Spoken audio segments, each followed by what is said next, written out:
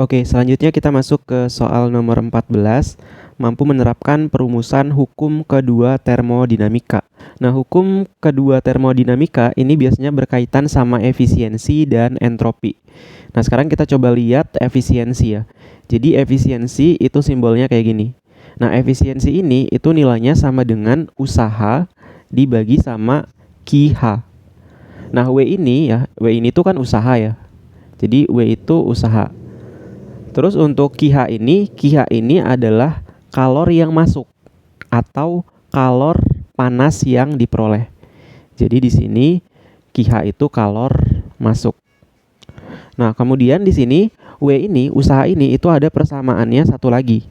Jadi di sini W itu sama dengan QH dikurang QL gitu. Nah, kalau QH itu kan sama ya. QH itu kan kalor yang masuk atau energi panas yang diperoleh. Nah, QL ini itu kalor yang keluar. Gitu ya. Kalau QH itu kalor yang masuk, kalau QL itu kalor yang keluar atau kilos. Nah, sekarang kita coba masuk ke soalnya. Jadi soal nomor 14 mampu memahami berbagai perumusan hukum kedua termodinamika.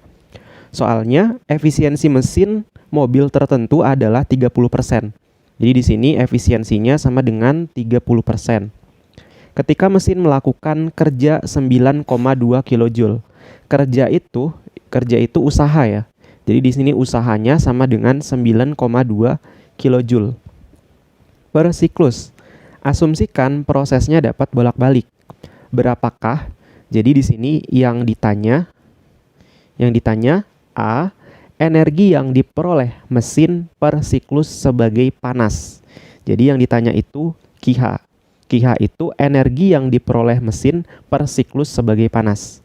Nah, sekarang kita coba jawab dulu untuk soal yang A. Jadi kita jawab.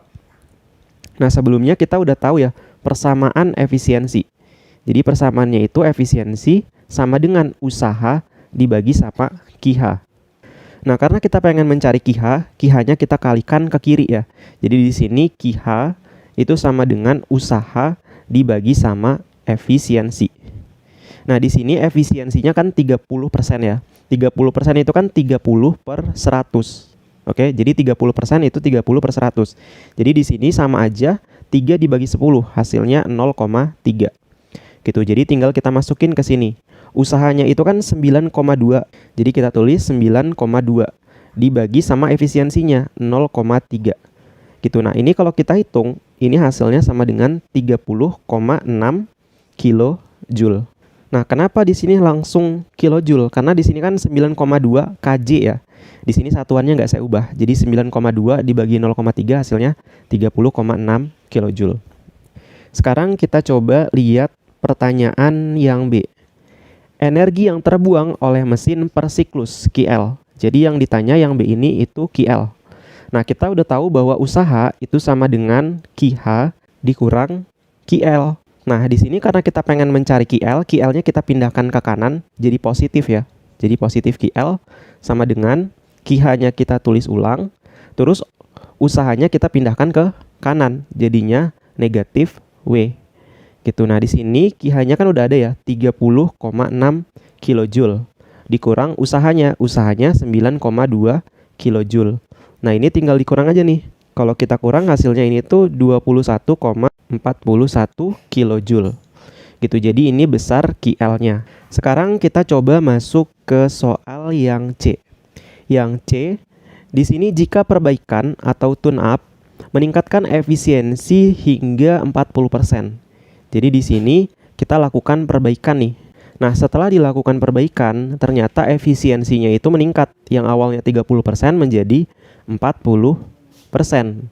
40% itu kan sama aja 40 dibagi 100 atau sama dengan 0,4. Kemudian berapakah QH-nya? Gitu ya. Dan QL-nya pada nilai kerja yang sama.